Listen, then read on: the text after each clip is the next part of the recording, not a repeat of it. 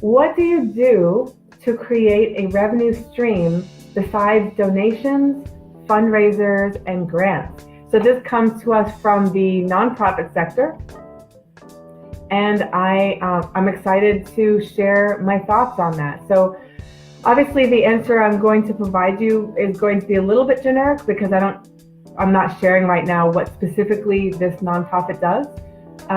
However, so we have donations, fundraisers, and grants. A couple things, three major categories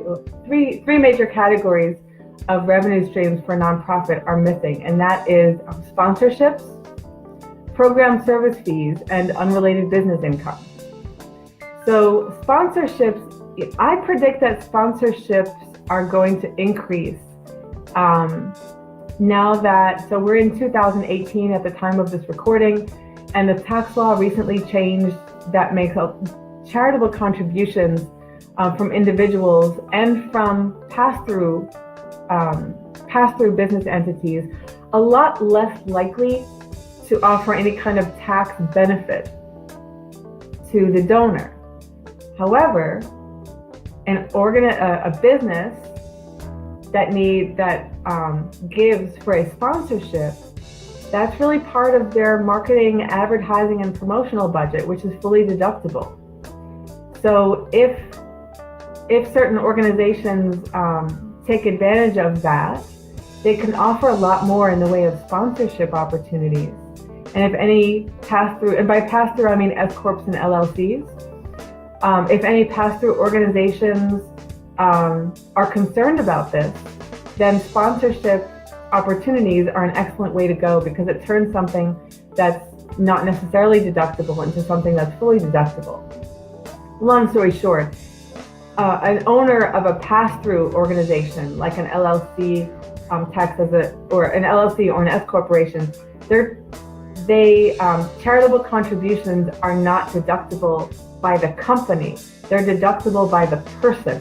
And if they're deductible by the owner of the company. And if the owner is in that tax bracket such that they would take the standard deduction now with the new tax law instead of itemized, then making a charitable contribution just as a donation doesn't help their income tax situation anyway.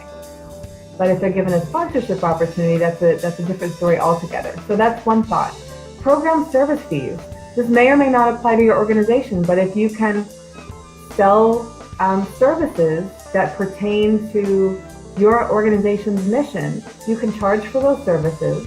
I'm not suggesting that if you give services for free, all of a sudden you start charging. I'm saying there may be a different level of service, a premier level of service, a deeper level of service, a VIP level of service. There could be something that your organization offers for which a fee is warranted and is feasible.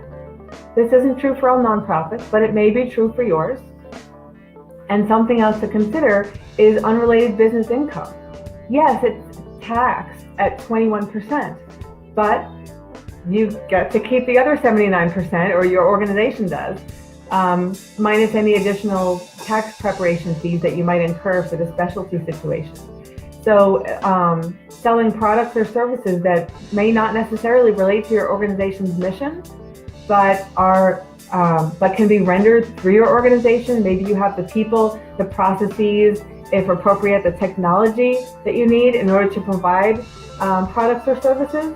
You can certainly do that and bring in that money. You'll pay income tax on that, but like I said, you get to keep the other 79%. Those are revenue streams not to be overlooked. Just because it's taxed doesn't mean it's hands off.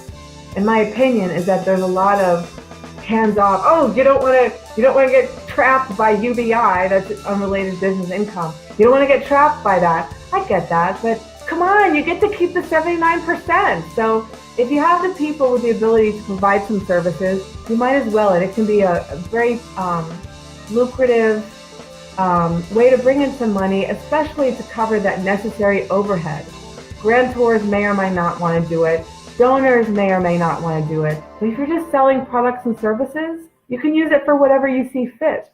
And in my opinion, that's a great avenue in nonprofit growth and financial health.